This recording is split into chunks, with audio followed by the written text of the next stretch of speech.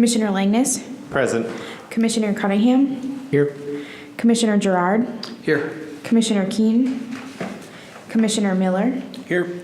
Commissioner Lee, Commissioner Batty, Here. and Commissioner Black.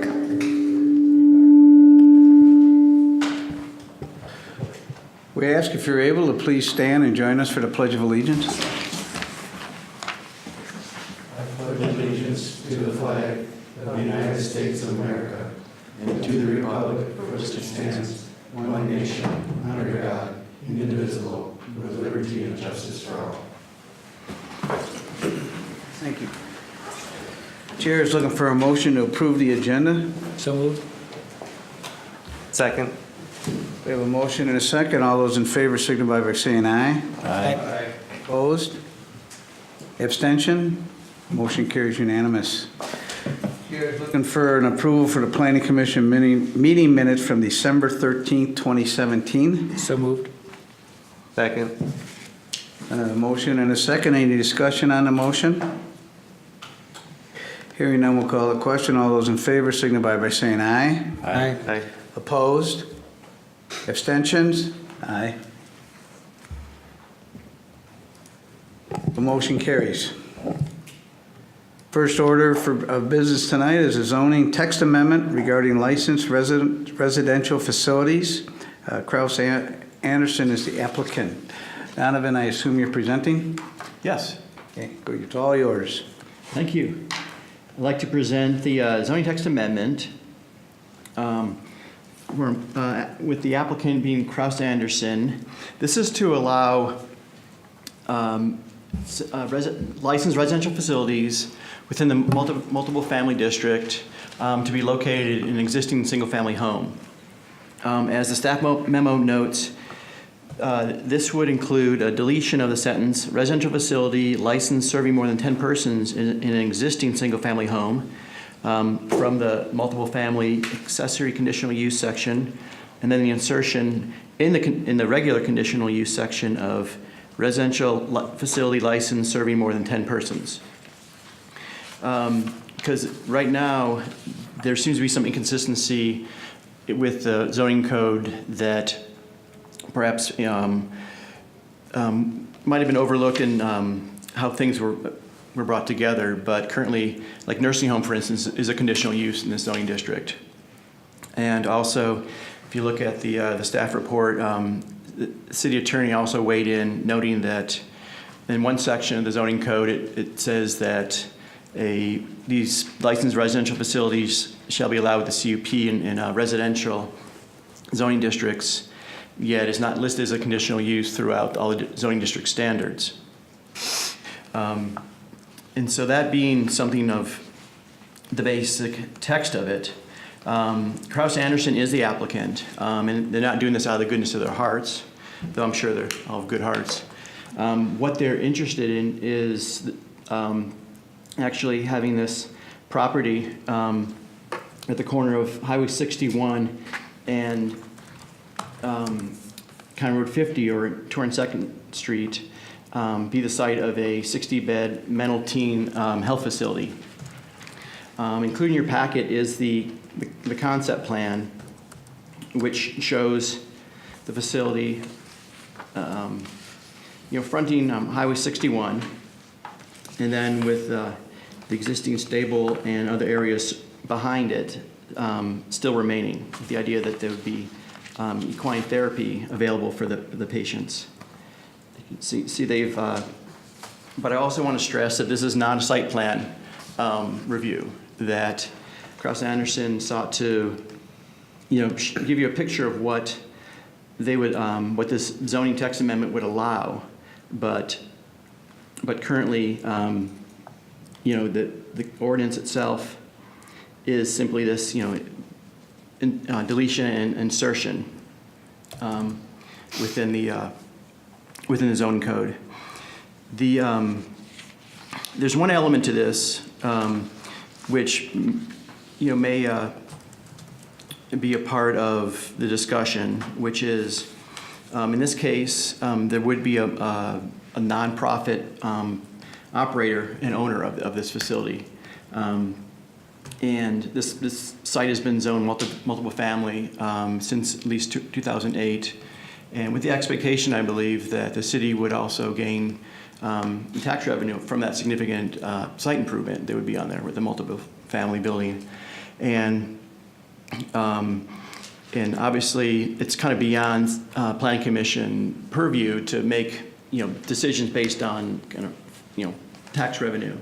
But I believe that will be a discussion at the city council level. I just want to mention that. And so at this point, staff recommends the Planning Commission recommendation of the city council approval. And this is, par for all the zoning text amendments, that the Planning Commission makes the recommendation and the city council makes the final decision. At this point, I'd like to take any questions from the Planning Commission. Commissioners, any questions for the city?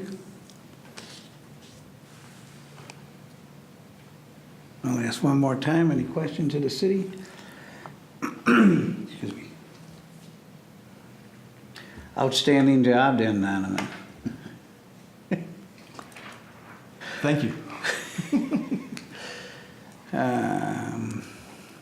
Typically on these types of events, we hear from the applicant if they'd wish to speak. I know it's not a public hearing, correct? But we don't need to hear from the applicant. I always get a little confused on some of these when they're a little more casual like this. It is a public hearing. It was noticed in the newspaper. Okay. But it wasn't noted, we didn't do the public notification of the vicinity of the potential site. So there will be a public hearing. Correct. So then I'll again ask if the applicant would like to speak to this issue at all before we move to the public hearing? No? We're good. This is a public hearing. The way this works is that if you wish to speak to this issue, we ask that you state your name, come up to the lectern, state your name and address for the record, and tell us your thoughts on this application. We will listen to everyone who wishes to present. After everyone is finished, we will close the public hearing, and it'll come back to the Planning Commission for a recommendation. So we'll officially open the public hearing. Does anyone wish to speak to this issue? I'll ask a second time, does anyone wish to speak to this issue? Seeing no one come forward, we will close the public hearing, bring it back to the commission for a recommendation to City Council. Commissioners? Discussion? Hey, Donovan. I'm looking at our agenda, and the agenda that I recall that was on the city website did not list a public hearing for this item tonight. Are you certain? Yeah, I'm sorry, that omission was my fault. No, we put a public notice in the paper that said there would be a public hearing this evening.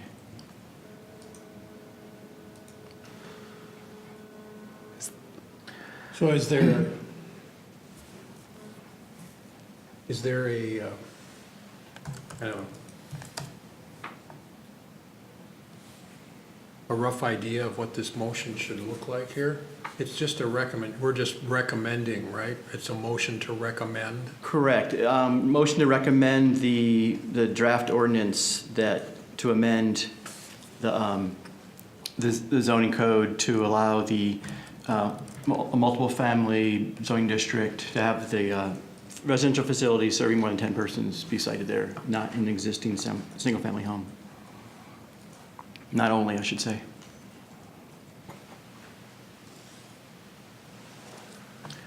So we're only changing the multifamily then? In your, Correct. At this point, you covered a lot of areas in your report to us.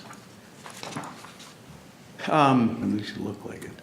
The city attorney had feedback that she provided. Really too late to do the full comprehensive review. Oh, okay. And so I request that the Planning Commission, take that in advisement, but then what we have before us is an active application to amend the zoning text, to allow the licensed residential facility serving more than 10 persons as a conditional use in the zoning district.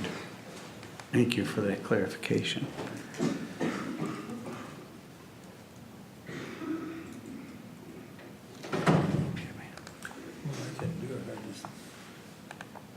Are you looking for a motion? Sure. I want to make just a quick statement first. I have no issue with the text amendment, but I do think that we should notice public hearings properly on an agenda. And I'm comfortable one of two routes, so I'll make a motion. If it doesn't pass, maybe we can look at another option. I'm comfortable with either the Planning Commission bringing this back with a properly noticed public hearing on our agenda, or as I'm going to move, that we recommend this to the City Council as staff has outlined with a public hearing at the City Council meeting. Yeah, I'd second that. Discussion on the motion? Can you clarify your motion for me, Eric? I'm a bit confused. Yep. So the motion is to recommend to the City Council as staff presented and adding a public hearing at the City Council meeting where the City Council will make the decision. Thank you. Any other discussion? Hearing none, we'll call the question. All those in favor signify by saying aye. Aye. Opposed? Abstention? Motion carries. Donovan, I believe this will be on the agenda for the January 22nd? Correct. Thank you. Point of order here. I'm just wondering on future issues like this, if it would help me a great deal, I know, if we could kind of, I know on other planning commission meetings that I've been to many times on some of these more complex things, there's a kind of there's a motion that's put together so that it can just be read right into the minutes of the meeting. I mean, I don't have any problem handling it the way that we did, but that would just be helpful if, if it's whatever it is, 2 or 3 points, and it is just right there so that it could be read. I mean, on stuff like this where it's not I don't think there's much that's controversial about this. Obviously, it was something that needed to be cleaned up and that sort of thing. Yeah, certainly I can write that into the staff recommendation. Yeah. I'm not saying you have to do it with every single, motion. Some of them are easier to make than others, but this is a little daunting, to kind of try to pick out without going on and on about what what's actually included in the motion. Mm-hmm. Thank you. Next up on the agenda is Headwaters Walker Property Concept Site Plan Review. This is a discussion item. No action will be taken.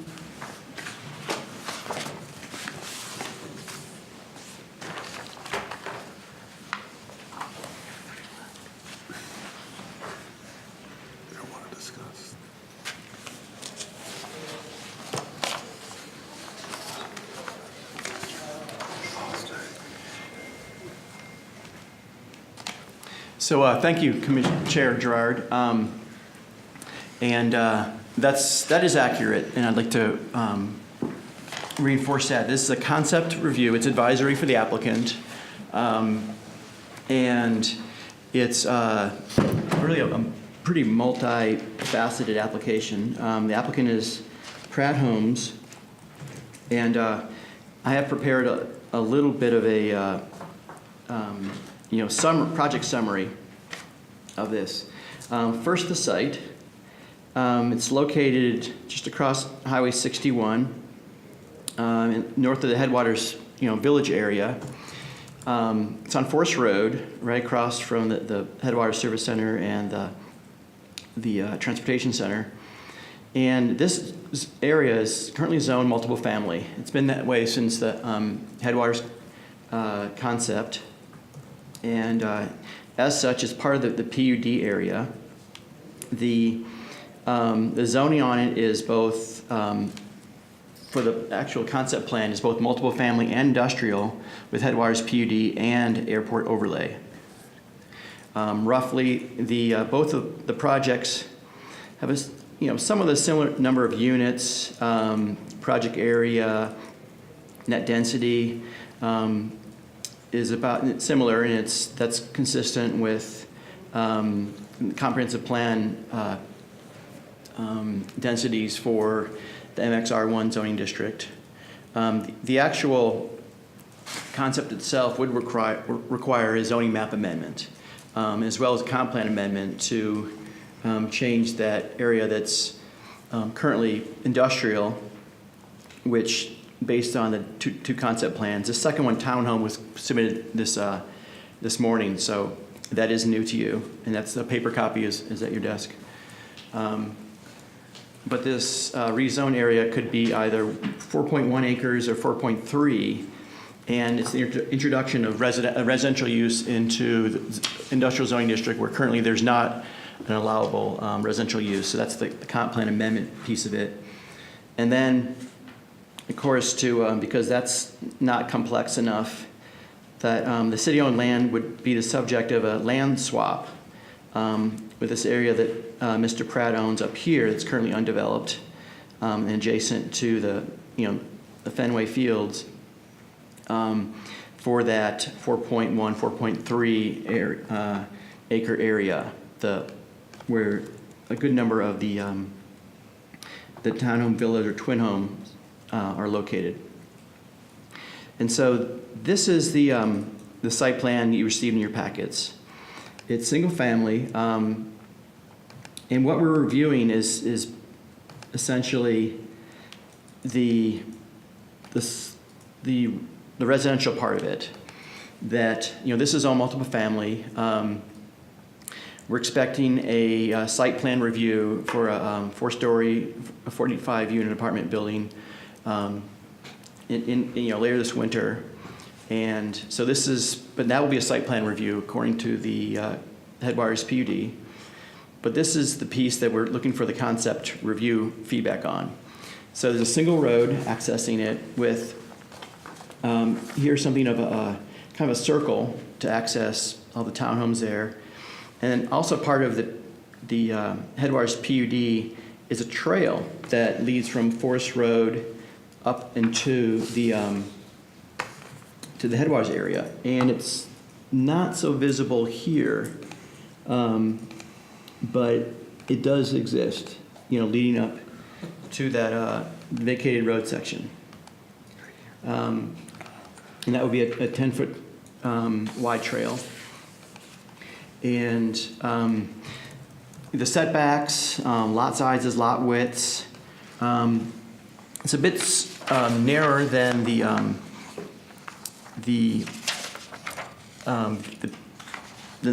existing PUD, but that's part of the PUD amendment. And the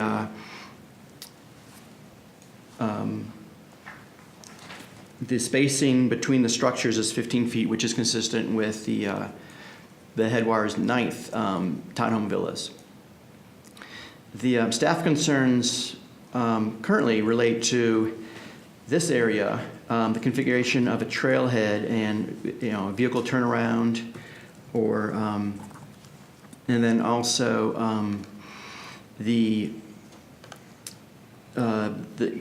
it looks like there's a stormwater pond that's on the existing city land. So, but the fire chief has reviewed this and doesn't see an issue with the fire emergency response. And I'll then just jump over to the townhome site before I turn back over to you for your comments. But essentially, it's a similar configuration. And here we see the trail a little clearer. And again, we have the similar single road going in. And here we can see this what's called lot A. This would be the land swap area here in that darker purple. Here we have a series of townhomes, total of 30 units. And the single family was a total of 25 units. And again, there's not really a turnaround here that the city would require, or some way for the snowplows to turn around, for instance. And but we do have the alignment here with Forest Road, and this would also produce a connection from that trail all the way down here over to that Hardwood Creek Trail, which would be really great amenity. And so at this point, I'd like to turn it over to the Planning Commission for any questions and comments. Any questions? Eric? Excuse me. The sheet that you put out, Donovan, that has the single-family concept 25 units and this twin home concept 30 units, the graphics are either mixed. They're reversed, I think. They're either mixed up, but what I'm curious about is which detail to the left is correct for which one? Oh, did I do double? Oh, I'm sorry. I mixed that. Well, The two site plans are reversed. that was, my graphic designer, just falling asleep there, I guess. Sorry about that. There we go. So it's just the graphics That was were- meant just for illustrative purposes. Just see if we're awake. I could get this to work. We've got to increase the budget for our graphic designer. My next question, now I mixed up here. The single-family concept that we were presented with, and that's in the red outline, it shows this trailhead and parking. How many parking spots would be in there? 2? I don't know. I mean, I really think that idea there needs to be better explored. I mean, I think the intent is good because what this it potentially would be like more park area, kind of a woodland experience for park users, which the city doesn't really have that in any park currently. But that's something that you have a comment on, sounds like. The design in both of these appears that that's going to be a road that will eventually go through, and versus some kind of trailhead or parking. I can't. It doesn't look like it's wider than the road, so I can't imagine you'd be able to park more than 2 cars at the end of that thing. Well, And I don't know how I would think at a trailhead you would need an ADA compliant parking spot, which would mean you'd have 1 spot there that was only handicapped. So I don't understand the function of it. yeah. Well, let me give you some more background. The applicant has had many conversations with the city, and our concern when Mr. Pratt first approached us was, what if, with this, we're talking about rezoning this area to single family. Well, maybe we don't want to actually, design it so that the rest of this area would not be developable. This is currently about the extent of gravity sewer. So, there would be an additional lift station or getting sewer coming from the north. There's a sewer line in the vacated 202nd Street. And so partially that's in response to city comments that, perhaps there could be some sort of, western exit for future development. So the city's position is to dissolve that park into future development? I wouldn't say that. I know the parks. Or at least leave the door open for that? It's to not close. I think the intent is to not close that door. I mean, I think it seems like the park, Lakes and Trails Commission would like the area to be, some have said a dog park, could be a wooded experience, a woodland type experience. I think that's, some further exploration of what, maybe it's not considered parking, but it's a cul-de-sac there, and it is just simply the turnaround. Help me The Parks understand. Trail, oh, sorry. Help me understand where that road would go. there's some idea that the road would go, here, let me jump back to the aerial, that it would extend up here and then, but that's very much, speculative.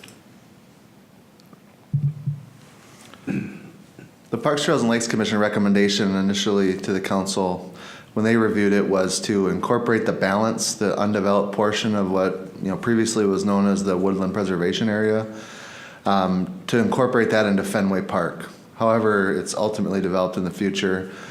Likewise, with the proposed land exchange area, that would be incorporated into Fenway Park for future park development to be determined. The council, as they reviewed that, didn't necessarily adopt that as part of their recommendation. I think the desire was to preserve some flexibility and ultimately for the foreseeable future to have, somewhat of a trailhead where people could access the wooded area from the south. And I think there are ways that you could configure the parking area, even if you just did, I don't have the map if you want to pull that up, Donovan, but instead of parking that is based off of the dead end, if you even just did angled parking onto one side or something like that, I think you could generate a fair number of stalls, and I think that's certainly something the applicant could further flesh out in the the preliminary PUD or the next phase of site planning. Yeah, when I look at the red outline single family to the twin home concept that's up, the twin home makes it even more impossible because the driveway comes right there. There's nowhere to park in that. So there is no trailhead and parking there. But is this really a trailhead? I mean, aren't you gonna, it looks to me like the plan is that this trail would extend right through this development down, and you were talking about it, connecting down off that, what is that street? Is that Headwater? No, it's not Headwater. Forest Road. Forest Road? Right, Forest Road. Yeah, no, it would be a trail connection that would come on down to Forest. So I mean, why do you need parking back there? Because that's the edge of the woods? I'm just trying to figure out in my mind why it would be necessary or needed to have parking back. Because, I mean, if they're gonna do the twin home thing, Eric's right, there is no place there for parking, period. And I'm not sure who would even know to drive back there and park. It seems to me that to the east of, so if we look at the map that's up, the east of home number 1, right by that pond, you could extend that street to the south and just put a couple parking spots there, and it'd probably be much more used because Forest Road is relatively heavily traveled by the general public versus what would theoretically be 4 or 5 people down on the end of that street. Potentially, they could park, couldn't they even park at the transportation lot? Potentially. I think that's an actual trailhead. Yeah. Yeah.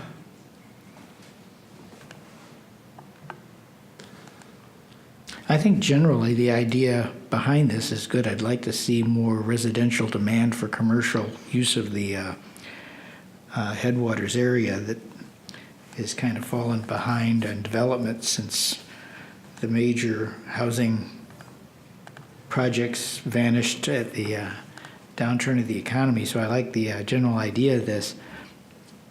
If there's going to be a land swap, it'd be nice in a conceptual way. I don't know how realistic it is, but it looks like we'd be losing an awful lot of forested land doing this, which in of itself isn't necessarily bad, but it would be nice to find a way to, in this land swap, find an agreement to reforest the area that would be swapped also to kind of make up for that loss of forestation. But that's just a thought. Thank you. Anybody else? Chair Members Commission, to that point, I think in terms of how it could integrate into the park planning, it's certainly something to take into consideration. I think there's been a discussion on additional planting in Fenway Fields. I will say that the primary focus at this point in some of the concept plans that the Parks, Trails, and Lakes Commission's reviewed for the land exchange area have focused on ball field development, which would be in conflict with too much forestation. I assume there's no issue with a 4-story building, we keep moving into the airport overlay there? We did review that with the airport zoner, and that was okay in that location. Okay. My other question is, that we talk about these townhomes sites being a minimum lot width of 44 feet. I'm trying to get a little idea on the scale of these dwelling sizes. We're not going to be building on 44-foot wide lots, 2 side-by-sides. They'd be 16 feet apiece, maybe. I noticed that when I was compiling that summary, and that might be. I'm wondering if that is the. There's a common wall for one of the lot lines. That would make more sense as far as. Not laid out that way. You're thinking that.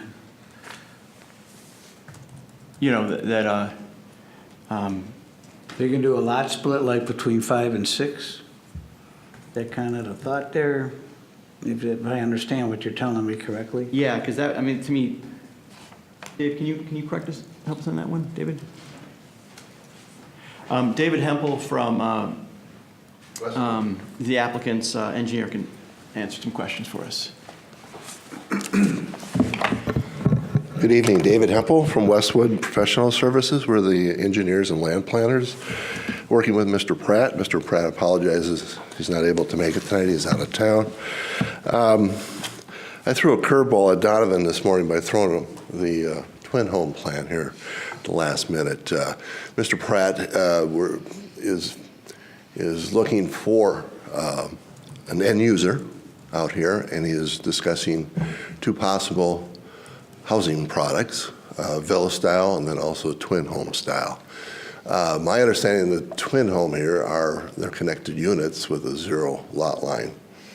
The villa ones are a narrow lot, but similar to the villas, as Donovan mentioned, in Headwaters 9th. I don't know if that addresses your question or not. So all the lot lines aren't shown on the twin home development. Each one of those lots is actually split in 2 then, right? That's correct, yeah. That makes sense.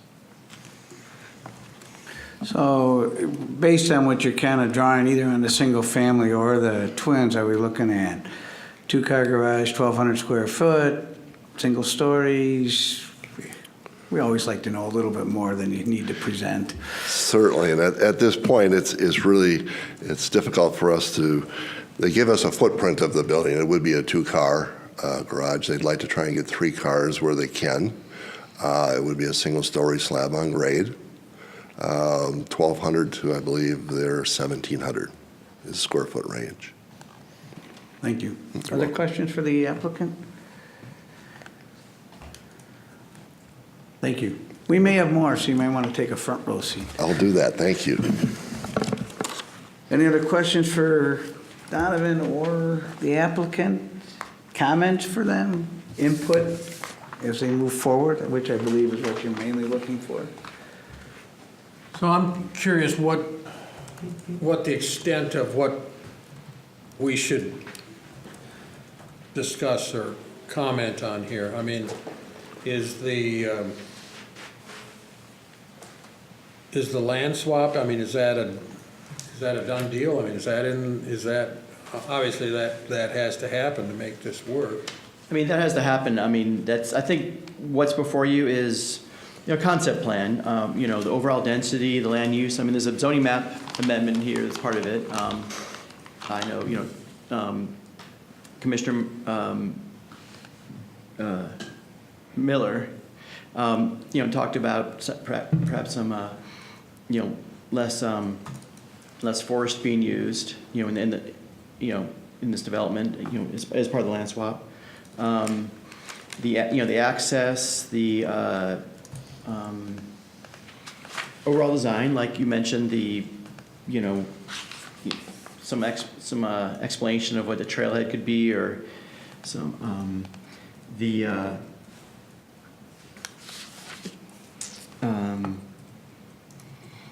then,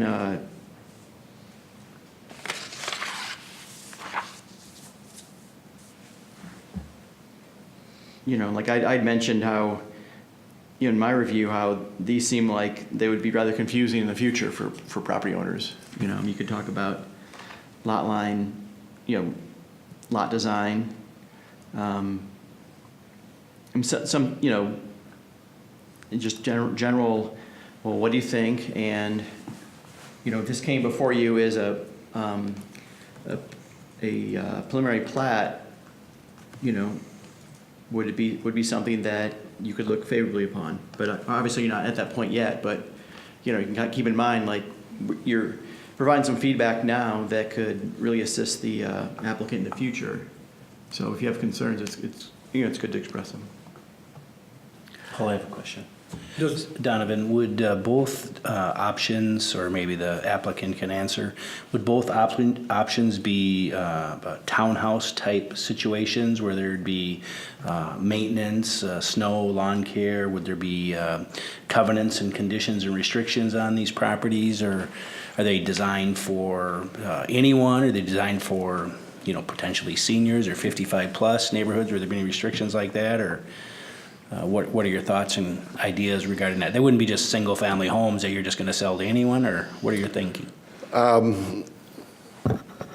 Councilmember Miller and members of the Planning Commission, I think the price point, the location, the housing style, the single-family slab on grade is more of an entry point, price point, as well as a lifestyle where the empty nester can move into here prior to moving into a senior facility. So it gives them the flexibility living in Forest Lake longer.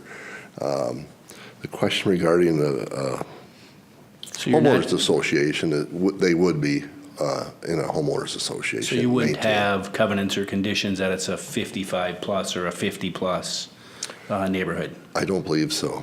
So then necessarily a senior facility.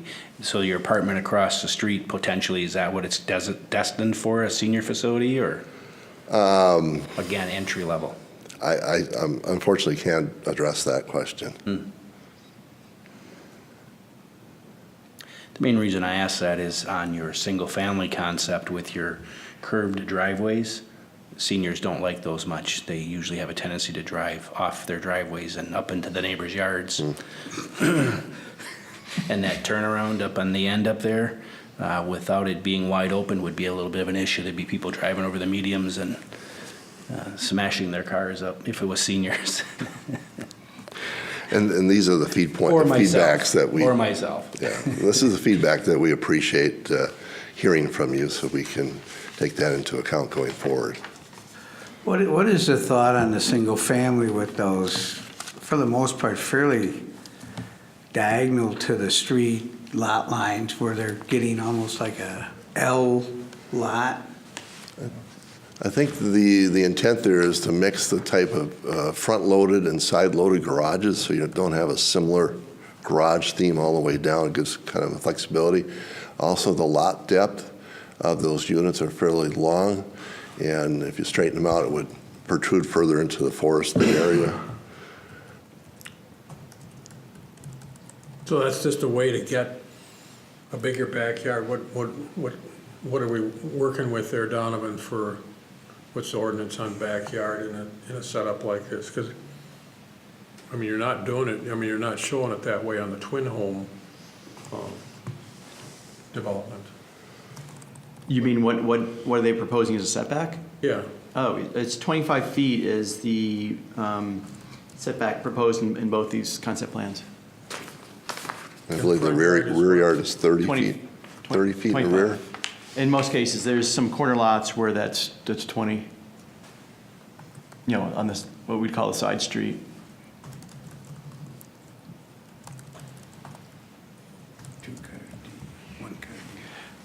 I'd also like to mention, also included in your packet, and I'll provide a copy of this for you, David, as well, is a couple emails from our absent commissioners. Who, these emails have been edited briefly for to remove the gloating from how warm it is where they are currently are. One Commissioner Lee does like to see the twin homes perhaps for some more affordable housing, and the Commissioner Black notes that it's good to have good site planning, and he seems to think that the garages look a little too small. But I also wanted to point that out. We had this feedback as well. Eric? I'll give some more feedback. So I looked at the single-family concept that's shown right now, significantly more than the other one, so I can comment on it a lot more. Houses number 11 and 12 have a shared driveway, as well as 15, 16, and 18, 19. If the neighborhood doesn't have that throughout, so in the other concept where you have twin homes, obviously they have a shared driveway, so that makes sense. But I think some consistency in separating those driveways would make more sense, particularly when I look at like the design on 1819, how that one just cuts right in to the middle. Who shovels which side of their driveway? There's all sorts of weird questions, I think, that come up from that. I don't necessarily think that's good design. The north side, well, I don't know, let's say northwest end of that parking lot, the top of the parking lot off of the building that backs up to those homes. And I know we're very early in the plans, but I would hope that final plans with a parking lot essentially in people's backyards will have some pretty significant landscaping separating those two. Did you want to comment? If I may, the maintenance out there would be done by a homeowners association, so the driveway plowing would be done by one vendor that they hire for the year, as well as the mowing. You still have, who can park there? We have it in other neighborhoods, and again, this is kind of an illustration of how the units could lay. And again, I appreciate your feedback because this is very valuable, so we can come back with some modifications to that as well. One other point I was going to make, as far as buffering between the single family and the apartment, that is about a 50-foot piece right there that I imagine would be bermed and or landscaped at that point when we get to there with the site plan and landscape plan. So we tried to leave some room there to allow that screening and buffering. So you're planning on even a single family being a full HOA where lawn service and plowing is handled by the association, no individual ownership? That's my understanding, yes. Okay, thank you. I guess if I have a preference, Sign me up. I guess if I have a preference, the single family design with the loop, I think is more favorable because this would be a city public street, right? So the city would have to plow it. I think that's more favorable for Public Works to have a loop than it is to have a cul-de-sac. I want to say I've heard that cul-de-sacs are not ideal for plowing. I think that's an accurate generalization, yeah. So I think that's favorable on that design.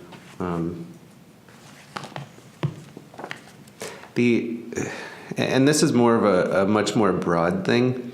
So I think if this, and this is really up to the council and the land swap and that piece, but if the idea is eventually to push that road through and use that park for future development, the land between the existing HRA and where these houses are, we would never be able to do anything with it. other than leave it as is. And so we're essentially providing a really nice wooded backyard for a developer. I would prefer that land just go all the way over, right to the HRA, and the city not even own it. We don't have the liability, we don't have any maintenance in there, we don't have to deal with it. They can have deeper lot lines, they can pay higher taxes. I can go right down a list of things. They can pay more for the property or however that land swap is happening, but I think that creates just wasted property in there. The portions where that road would extend, I've not thought about that concept. And I guess I'd really like to see some conceptual ideas before I think it's a good idea to have a road just end as these two designs show. Chairman's excuse me, Chair members of the commission, on that point, early on in this process, we did actually work with the developer to have the entire property laid out just as a concept on how it could be developed, and then in the course of the conversation as it went through the council and Parks, Trails, and Lakes Commission, it shifted to wanting to preserve the woodland preservation area and, you know, the different areas around there as kind of open space. And again, understanding originally this whole area in the Headwaters PUD was designed to be maintained as a woodland preservation area. So I think the compromise that ultimately was reached was we'll take the development to the limits of the sewer. It's not a likely scenario that the balance of the property is going to develop to, you're going to put a lift station in to develop just the incremental amount that is left or remaining there. And that it would likely be a nice adjunct to Fenway Park and, you know, be maintained. And generally I think the idea is that there just be some trails through the wooded area. But you know, certainly when we looked at it initially, it was, you know, access-wise, you know, with the wetlands to the south, you're really limited on access to any other parts of the property. And so if you do want to do that, you know, that you certainly need to have that through this development. And I think we can share some of those iterations with the Planning Commission on what a full development scenario looked like, but it just didn't seem like there was going to be enough potential there to offset the extra infrastructure cost. Thank you. Any other comments, commissioners?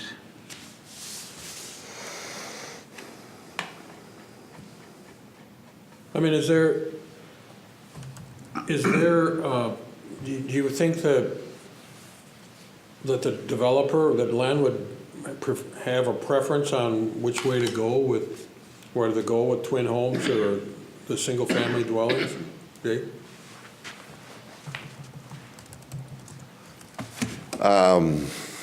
Again, I think he's just marketing the property to try and facilitate an end user, and this is what we have to date.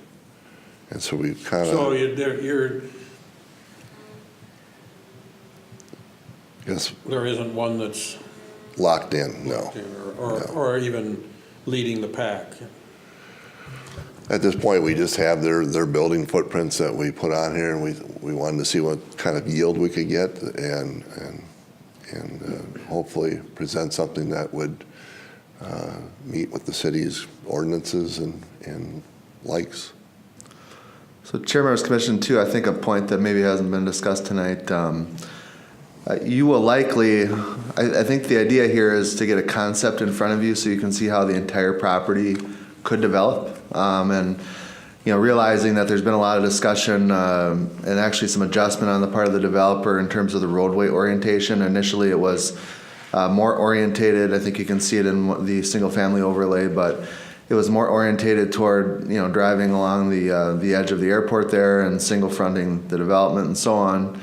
But based on council feedback, you get the red overlay in this latest iteration. So there's been a fair amount of discussion, but I think the idea is that probably in the foreseeable future, maybe defer to the common bond representative here, but you will see a site plan application for the common bond portion of the project. And so what this is trying to, and that'll come in, you know, probably as a standalone application, But what this is, I guess we're a little premature on that, but that project is moving forward, and the idea here is that you're going to have context for how the whole parcel can work together, so you understand that. But you have two different developments happening there that need to work together. So just realize that it'll be helpful for you to understand. And I think if you have any specific feedback on that portion of the project, it'd be helpful too, because that one is, progressing here. Okay, Common Bond is part of this or adjacent to? I'm a little confused. They're the apartment developer, the 45-unit apartment. Well, okay. Yeah, So that'll be Common Bond and Pratt will be the developer for the rest. correct. Or whoever they market the property to. Yeah, good. Pratt's big contribution there would be building the public road that the apartment building would have their driveways, connected to. And so the location of that road is really important as far as their site planning. So, part of tonight is to get the feedback on, okay, is this a kind of this spine here a good location, and then so that Common Bond will come in with their site plan, which will pretty much end right at that public right of way essentially. And then in that case, we'd probably do easements for that area prior to the actual plating, and lot line, definitions. Because ideally you would want to do all this at once, but just they're two different parties and two different aims, and Common Bond has much more further down the line as far as submitting an application. My opinion is I could go live with either concept. I think both of them would be good for this area. If Parks is in line with the swap so they can do something over in the other area, I'm fine with that. I'm not overwhelmingly excited about the shared driveways and these heavy angles, this diagonal parking lot that we have here, but I could live with it.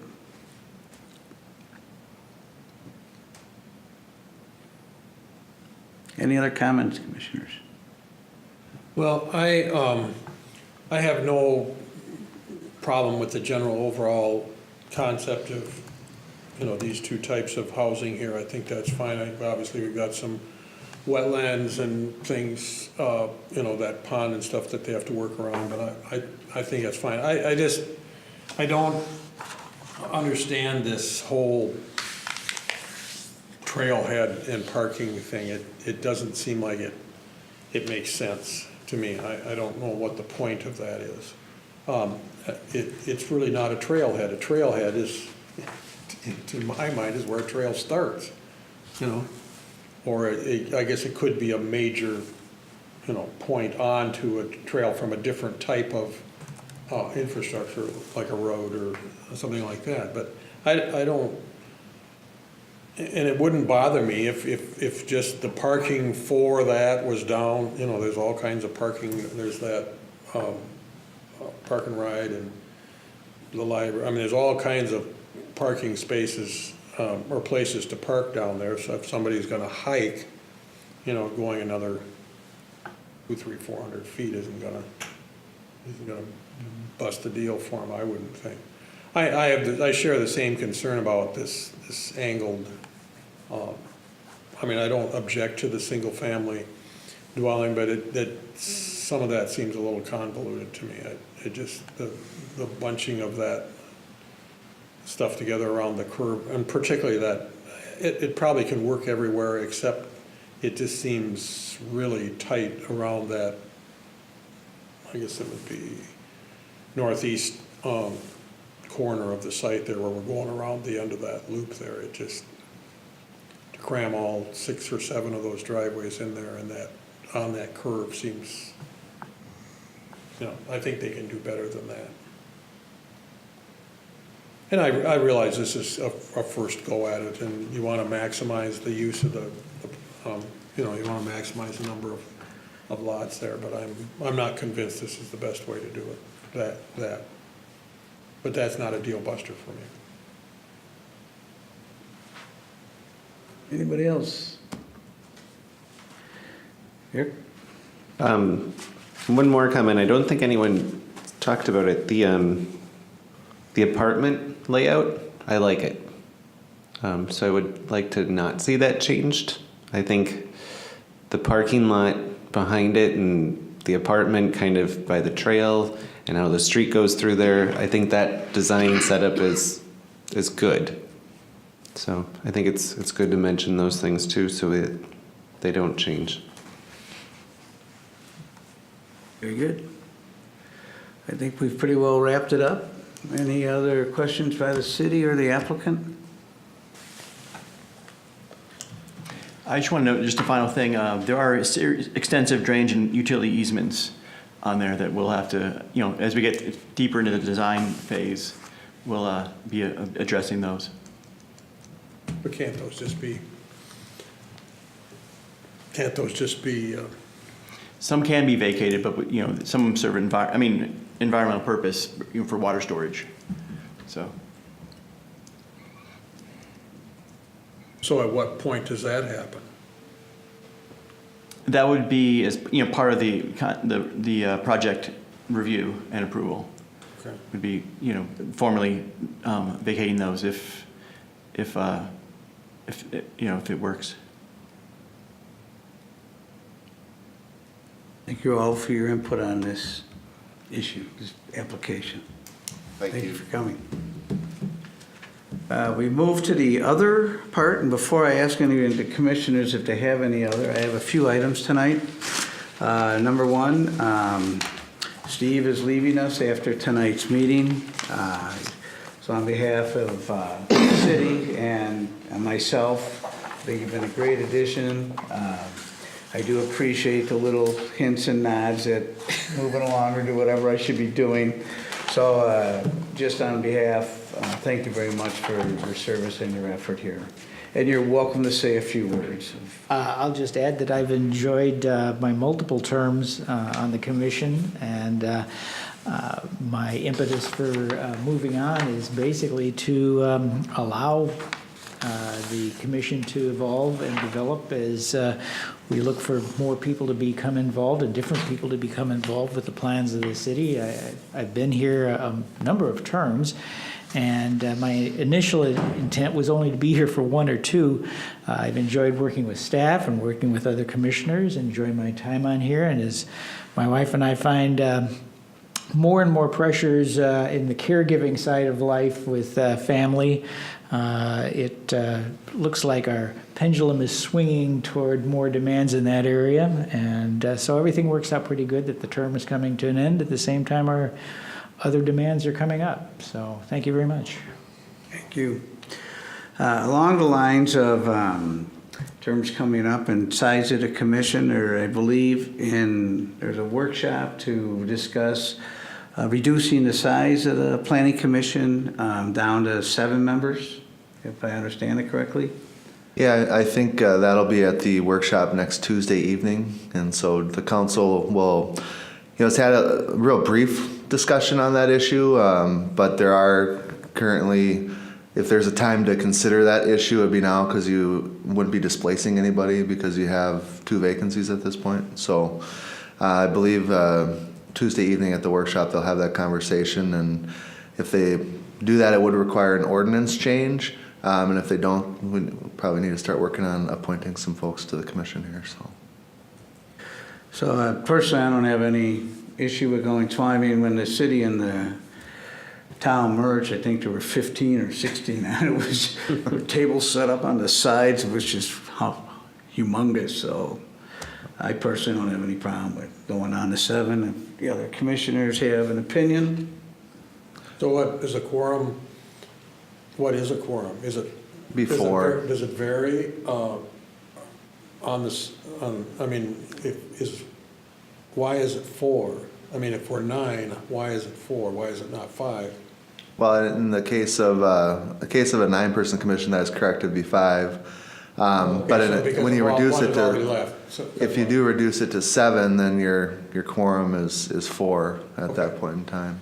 Okay. We did a brief survey. We have a group of comparison cities We're the only 9-member commission within that group, and the average was 7. There are some 5s in there. I haven't been in front of a 9 commission And in a long time. next up, now, as long as we're on commission business, we need the annual election of the chair and the vice chair. So the chair will take a nomination for the chair position. As one of my last motions, I'd like to submit for continued chair as Paul. Second that motion. We have a second and a motion and a second. Any discussion? Hearing none, we'll call the question. All those in favor, signify by saying aye. Aye. The commission is looking for a recommendation or a motion for a vice chair. I'd like to nominate Eric. Second that motion. We have a second and a motion. Any discussion on a motion? Hearing none, we'll call the question. All those in favor signify by saying aye. Aye. Opposed? Abstentions? Motion carries. Last item I have is next, on the 22nd, I've been asked to come before the city council and kind of give a little bit of a state of the planning commission, how we're doing and whatnot. And so I'd like to get a little bit of input if there's anything you would like me to tell them. Politely, please. Sure. You know, I know in the past there's been some discussion that we seem to be a little reactionary, not enough planning, and so I'm just kind of trying to get a little bit of input on anything you would like me to cover.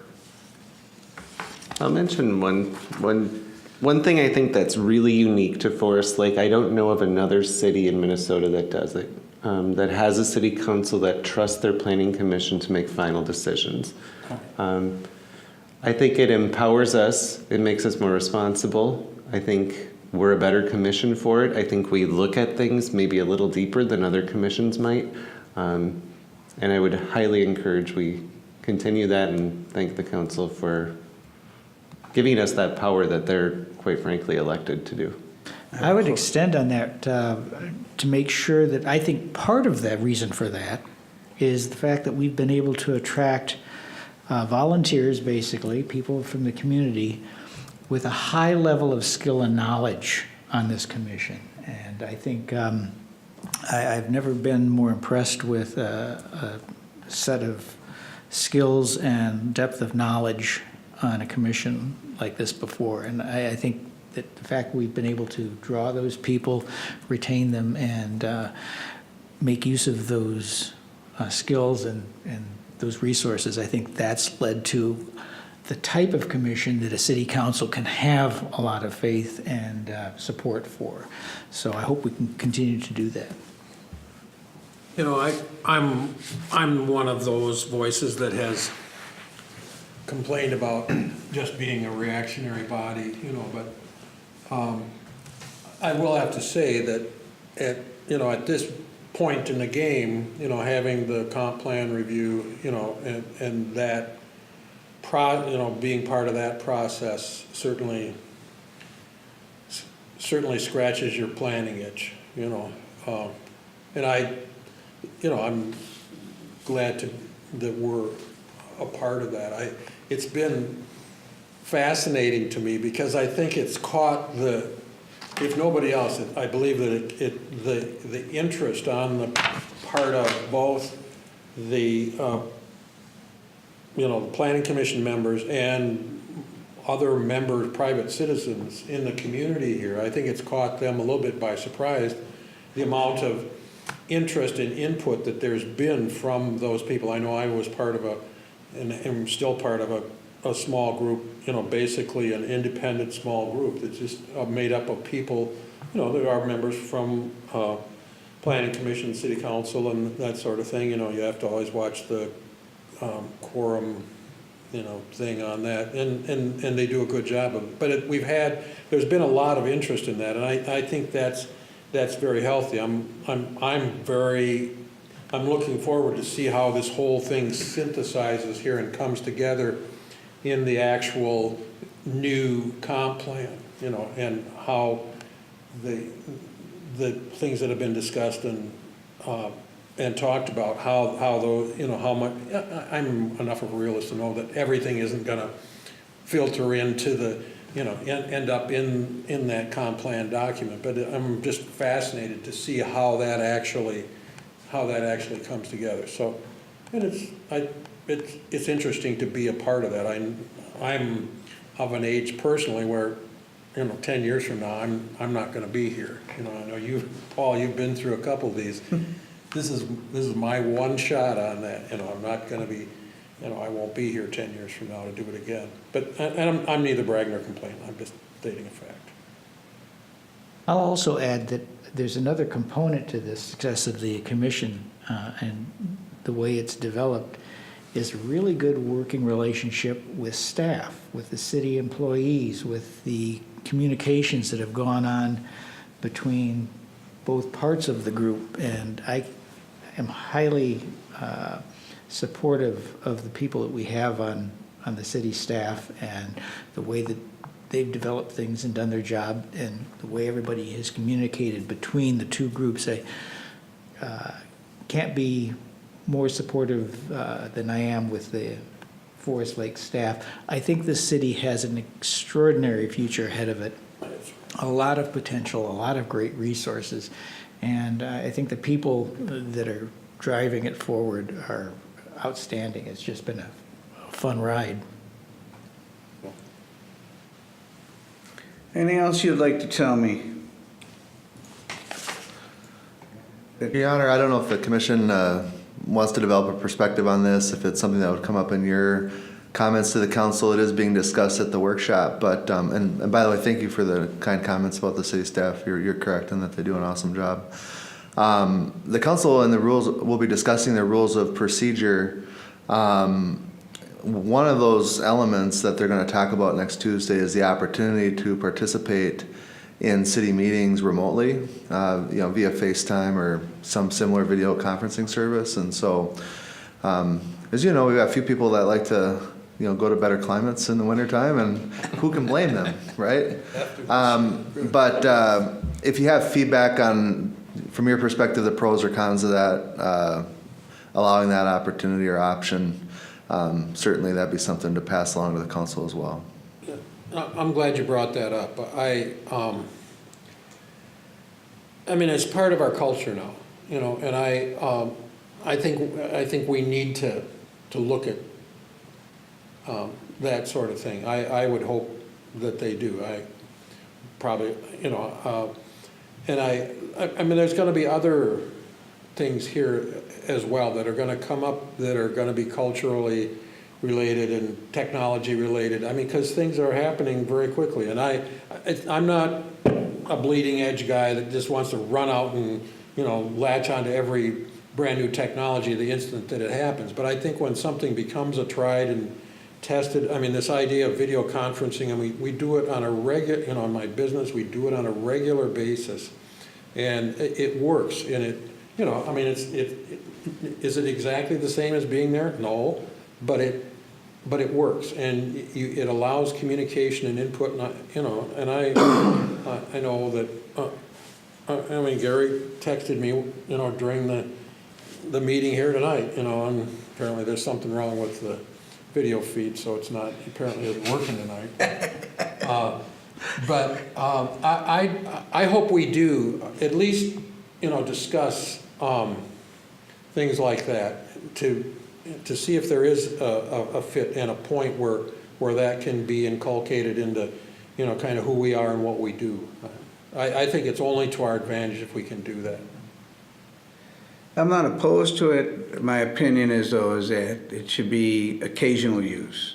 I think these applicants come forward, it's the only time that they'll probably come before the city, many of them, and they have 6 monitors turned around with faces on them and one live person. I don't think is the vibe we want to give. Obviously. I'm thinking that, you know, if like the snowbirds are gone for a couple months, or if you're out of town on business, but I don't think it's a practice we should just There'd be carte blanche. limitations. Yeah, a limitation on it. maybe around a quorum. If we have a quorum in person, then additional Skyping in or whatever. Should be in yeah. person, you know. And I think we have some provisions like that developed into there, as the presiding officer needs to be in person in attendance, and I think there's a number limitation, and then you can kind of, another component we put in is if the technology's not working, like, you can't, they're lagging too much or whatever the case is, that you have the ability as a group to opt them out if it's distracting or whatever the case might be, so.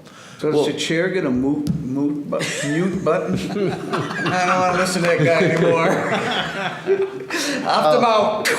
The statutory requirement's interesting because you have to have the ability to see the people in the room, so where, if you're conferencing in via Skype or whatever, you have to be able to, they have to be able to see you, and you have to be able to see folks here.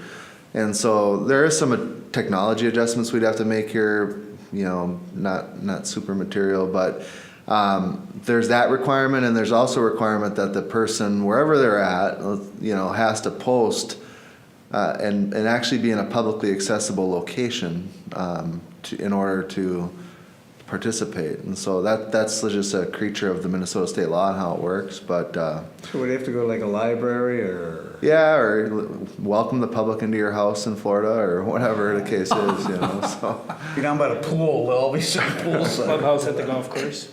So one other technology, if we're done with that, one other technology related, and I don't just mean to be a complainer here, but these smaller laptops are pathetic. They're slow. They must have almost no RAM at all because it just takes forever for them to regenerate. You can't just scroll through things unless they're real small. If you try to fill up the screen and then scroll like old guy here does, to be able to see, they don't regenerate fast enough. I gotta believe that we buy laptops, on a regular basis that have more RAM than we know what to do with. We have to have it in our business, but I just. yeah, well, the person that needs to hear that message is a couple down to the left, and he heard it, so. Yeah, I'm aware that they're lower spec components, so, I'll look into it. I had a comment on the last topic. The video conference? Yes, I fully support it. I think the city should embrace it as much as possible. However, I would say that it would be wise of them to pilot it with a commissioner board that they think it would best function with, so they could work out the potential issues that might occur. I'm not going to name which commissioner board, but there's at least one that every time I watch their meetings, it's absolute chaos and dysfunction, and I can only imagine adding a technology component issue to it would make it even worse. And so I would rather see that those things are worked out with a good board or commission than something else. We'll pass that along. We'll pass that along. Thank you. If we're that dysfunctional, come right out and say, I did not say sugarcoat it here. I think we're one of the higher functioning boards and commissions. That's a scary thought. I'll tell you after the meeting. That was worth the evening right there, that statement. Any other business that you guys want to discuss or anything else from the city? To Commissioner Batty's point about the glories of the comp plan, we're beginning our next public involvement phase with a series of community conversations beginning on January 30th. That's in land use and transportation. It's a Tuesday night, 6 to 8 here in the city center. February 13th, we'll see housing, water resources, and community facilities. February 20th, parks. And the 27th, economic competitiveness. And I'm encouraging, and I'll make individual invitations to all to come, because Bolton and Mink is providing support, but they won't be there to help us staff these. So I'm looking for informed citizens who can help answer questions, and you can provide your feedback as well.